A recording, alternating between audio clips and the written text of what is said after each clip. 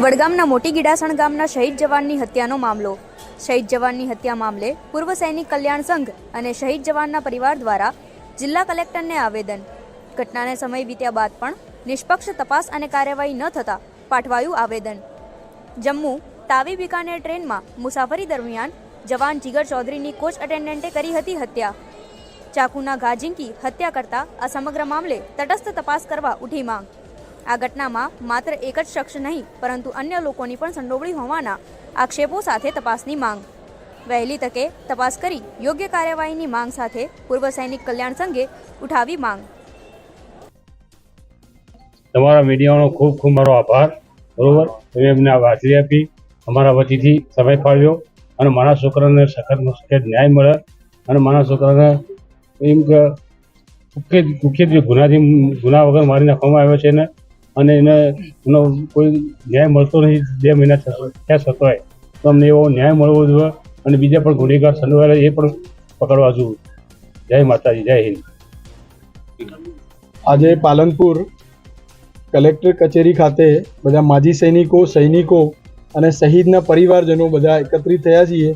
આપ સર્વે મીડિયાને વિદિત છે કે અમે કેમ ભેગા થયા છીએ.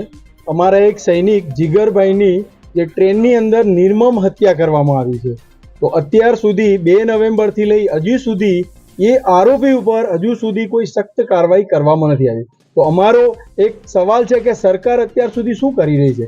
એક સૈનિક જો સુરક્ષિત ના હોય તો બીજા આમ પબ્લિકનું આપણે કેવી રીતે કહી શકીએ કે પબ્લિક સુરક્ષિત છે?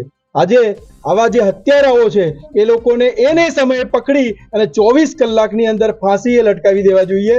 એવો એક ઉદાહરણ, એક દાખલો આપવો જોઈએ જેથી કરી અને સૈનિકોના પરિવારને ન્યાય મળે અને પબ્લિકને એક વિશ્વાસ થાય કે હા, સરકારે ખરેખર આ હત્યારાને સજા કરી, ફાંસી આપી, અમને એક ન્યાય આપ્યો છે. તો અમારી મીડિયાના માધ્યમથી ખાલી એક જ અરજી છે કે સરકાર આના ઉપર તરત કડક કાર્યવાહી કરે અને જે પણ હત્યારાઓ આમાં સામેલ છે, સાજિશ રચી છે, એમને તરત જ ફાંસી આપવી જોઈએ.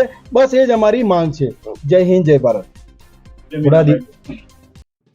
થોડા દિવસ પહેલા ટ્રેન મુસાફરી દરમિયાન આર્મી જવાન ભાઈ જીગર ચૌધરીની જે બિકાનેર ખાતે નિર્મમ ક્રૂર હત્યા કરવામાં આવી એ બદલ આજે કલેક્ટર ઓફિસ પાલનપુર ખાતે રિટાયર્ડ આર્મી જવાન મિત્રોને ભેગા મળી અને કલેક્ટર સાહેબને રજૂઆત કરવા માટે બધા ભેગા થયા છીએ કે દીકરાને જલ્દીથી ન્યાય મળે, એ પરિવારને જલ્દીથી ન્યાય મળે અને આરોપીને સખતમાંની સખત સજા થાય એ આ પરિવારની, આ સમાજની અને સર્વ સમાજ અને એવી અમારી માગણી છે.